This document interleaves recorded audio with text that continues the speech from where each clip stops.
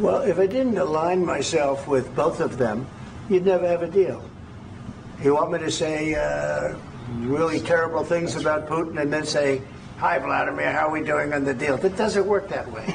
I'm not aligned with Putin. I'm not aligned with anybody. I'm aligned with the United States of America and for the good of the world. I'm aligned with the world, and I want to get this thing over with. You see the hatred he's got for Putin. It's very tough for me to make a deal with that kind of hate. He's got tremendous hatred, and I understand that, but I can tell you the other side isn't exactly in love with, him either.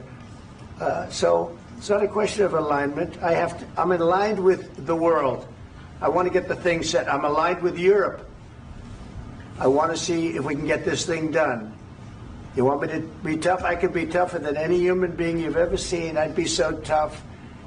But you're never going to get a deal that way. So that's the way it goes. All right, one more question. I will respond to this. So look, for 4 years in the United States of America, we had a president who stood up at press conferences and talked tough about Vladimir Putin, and then Putin invaded Ukraine and destroyed a significant chunk of the country. The path to peace and the path to prosperity is maybe engaging in diplomacy. We tried the pathway of Joe Biden of thumping our chest and pretending that the President of the United States' words mattered more than the President of the United States' actions. What makes America a good country is America engaging in diplomacy. That's what President Trump is doing. Can I ask you?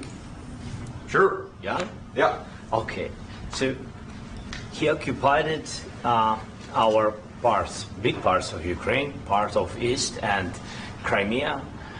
So he occupied it on 2014.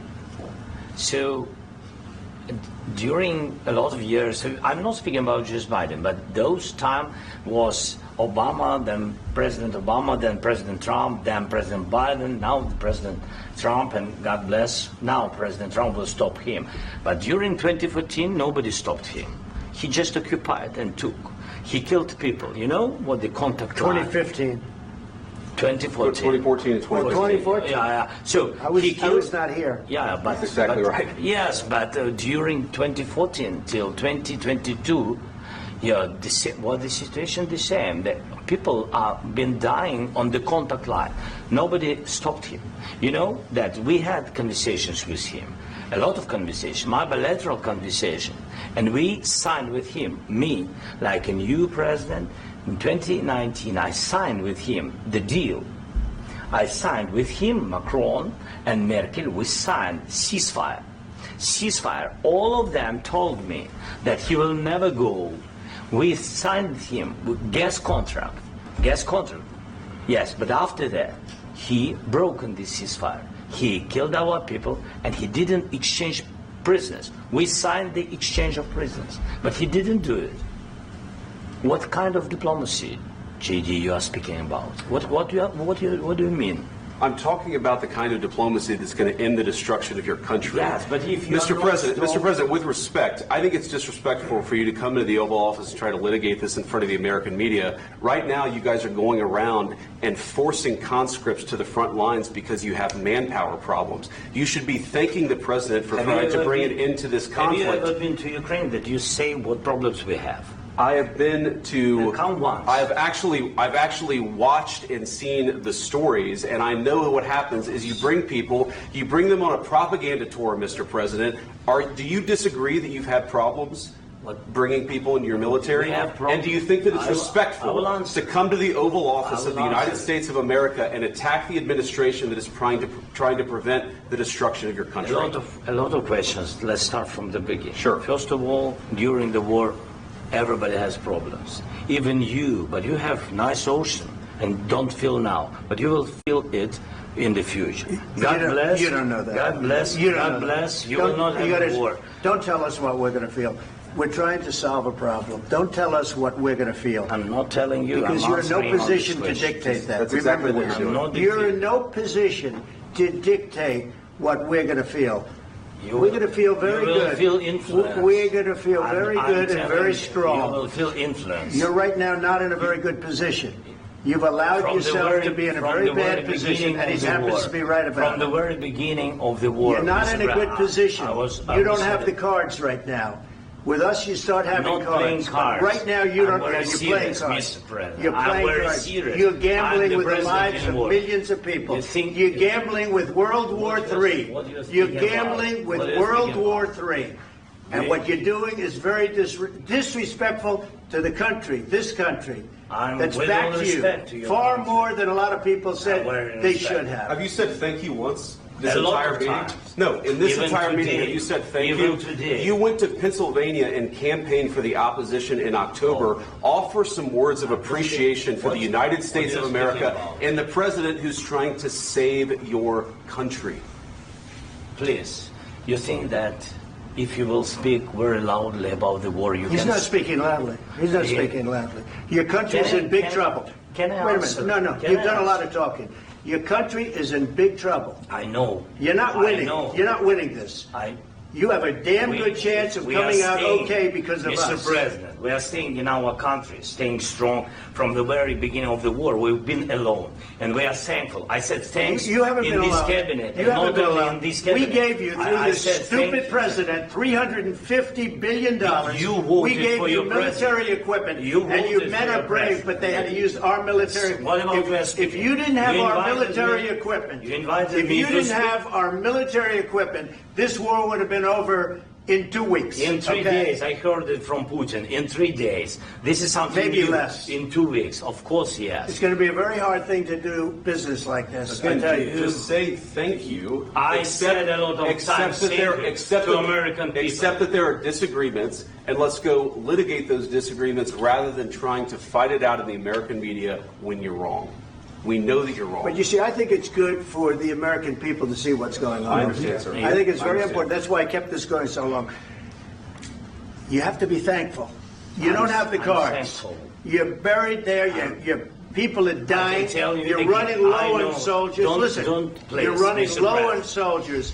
It would be a damn good thing. Mr. And then President. then you tell us, I don't want a ceasefire. I don't want a ceasefire. I want to go and I want this.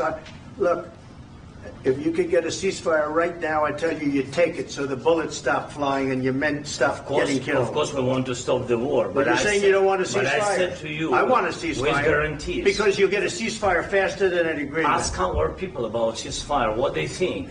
That wasn't doesn't with matter me. for you what- that what wasn't is- with me. It That was wasn't with with you. a guy named Biden, who was not a smart person. This That is was your, with, this that was is with your Obama. president. It was your president. Excuse me. That was with Obama, who gave you sheets, and I gave you javelins. Yes. I gave you the javelins to take out all those tanks. Obama gave you sheets. In fact, the statement is Obama gave sheets and Trump gave javelins. You got to be more thankful, because let me tell you, you don't have the cards. With us, you have the cards. But without us, you don't have any cards. One more question to Mr. Vice President. I'm sorry. It's going to be a tough deal to make, Um, because the attitudes have to change. what if Russia breaks ceasefire? What if Russia breaks peace talks? What do you do then? I understand that it's a heated conversation right now. What are you but saying? what She's if asking, what if Putin Russia breaks the ceasefire? What if anything? What if a bomb drops on your head right now? But they have Okay? broken the What if they ceasefire broke it? many I don't know. They broke it with Biden, because Biden, they didn't respect him. They didn't respect Obama. They respect me. But what Let me tell you, Putin went through a hell of a lot with me. He went through a phony witch hunt where they used him and Russia. Russia. You ever hear of that deal? That was a phony Hunter Biden, Joe Biden scam. Hillary Clinton, Shifty Adam Schiff. It was a Democrat scam. And he had to go through that. And he did go through it. We didn't end up in a war. And he went through it. He was accused of all that stuff. He had nothing to do with it. It came out of Hunter Biden's bathroom. It came out of Hunter Biden's bedroom. It was disgusting. And then they said, oh, the laptop from hell was made by Russia. The 51 agents. The whole thing was a scam. And he had to put up with that. He was being accused of all that stuff. All I can say is this. He might have broken deals with Obama and Bush, and he might have broken them with Biden. He did, maybe. Maybe he didn't. I don't know what happened. But he didn't break them with me. He wants to make a deal. I don't know if you can make a deal. The problem is, I've empowered you to be a tough guy. And I don't think you'd be a tough guy without the United States. And your people are very brave. But you're either going to make a deal or we're out. And if we're out, you'll fight it out. I don't think it's going to be pretty, but you'll fight it out. But you don't have the cards. But once we sign that deal, you're in a much better position. But you're not acting at all thankful. And that's not a nice thing. I'll be honest, that's not a nice thing. All right, I think we've seen enough. What do you think? What's huh? this negotiation? This is going to be great television, I will say that. All right. We'll see what we can do about putting it together. Thanks.